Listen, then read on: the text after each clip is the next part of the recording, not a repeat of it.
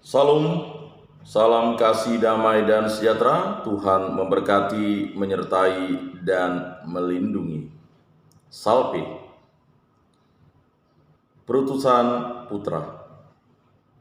Rencana Allah untuk menyelamatkan seluruh umat manusia itu terlaksana, bukan saja seolah-olah secara tersembunyi dalam jiwa manusia, ataupun melalui usaha-usaha mereka, juga yang bersifat keagamaan. Untuk mencari Allah dengan pelbagai cara, kalau mereka dapat menjamah atau menemukannya, meskipun ia tidak jauh dari kita masing-masing.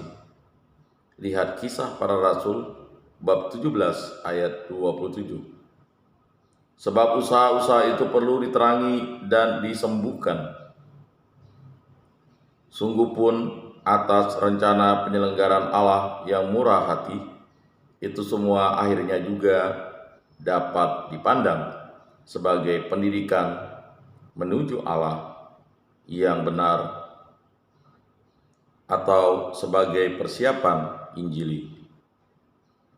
Namun untuk membangun perdamaian atau persekutuan dengan dirinya dan untuk menghimpun masyarakat persaudaraan antar manusia pendosa, Allah telah memutuskan untuk secara baru dan definitif memasuki sejarah bangsa manusia dengan mengutus putranya dalam daging kita.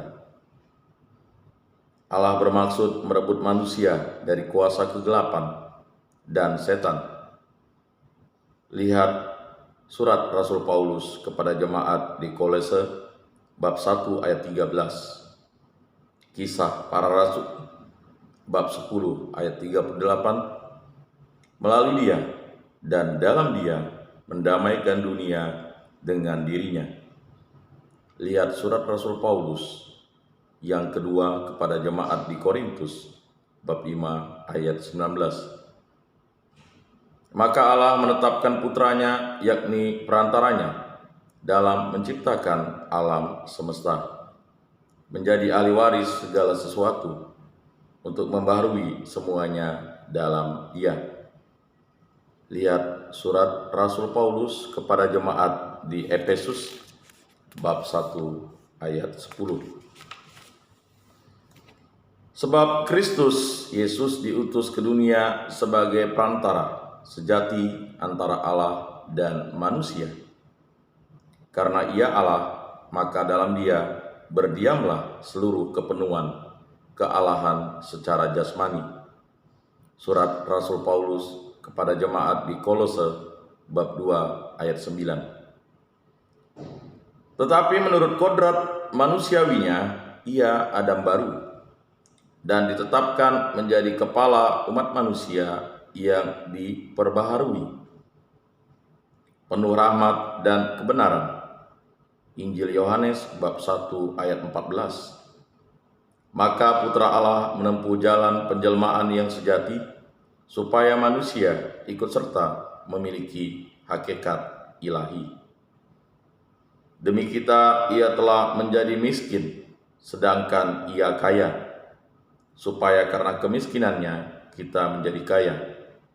Surat Rasul Paulus yang kedua kepada jemaat di Korintus bab 8 ayat 9. Putra manusia datang bukan untuk dilayani, melainkan untuk melayani dan menyerahkan nyawanya menjadi tebusan bagi banyak orang, yakni bagi semua orang.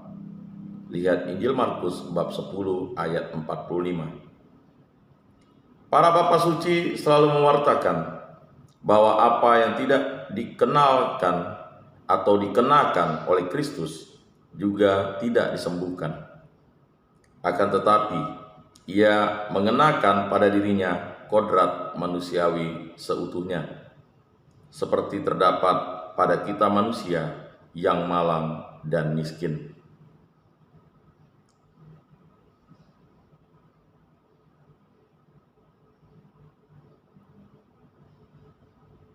Namun tanpa dosa. Lihat surat kepada jemaat Ibrani bab 4 ayat 15, bab 9 ayat 28. Sebab tentang dirinya bersabdalah Kristus yang dikuduskan oleh Bapa dan diutusnya ke dunia. Lihat Injil Yohanes bab 10 ayat 36. Roh Tuhan ada di atasku, karena Ia telah mengurapi aku untuk menyampaikan warta gembira kepada kaum miskin. Ia telah mengutusku untuk menyembuhkan mereka yang remuk redam hatinya, untuk mewartakan pembebasan bagi para tahanan dan penglihatan bagi orang-orang buta. Injil Lukas bab 4 ayat 18. Lagi pula Putra Manusia datang untuk mencari dan menyelamatkan apa yang telah hilang. Injil Lukas bab 19 ayat 10. Adapun apa yang sekali telah diwartakan oleh Tuhan atau terlaksana dalam Dia demi keselamatan bangsa manusia, itu harus diwartakan dan disebarluaskan sampai ke ujung bumi. Kisah Para Rasul bab 1 ayat 8. Mulai dari Yerusalem, lihat Injil Lukas bab 24 ayat 47. Sedemikian rupa sehingga apa yang sekali telah dilaksanakan demi keselamatan semua orang di sepanjang waktu memperbuahkan hasil pada mereka semua. Semoga bermakna dan bermanfaat dalam hidup kita. Salam, salam kasih, damai, dan sejahtera. Tuhan memberkati, menyertai, dan melindungi. Salve.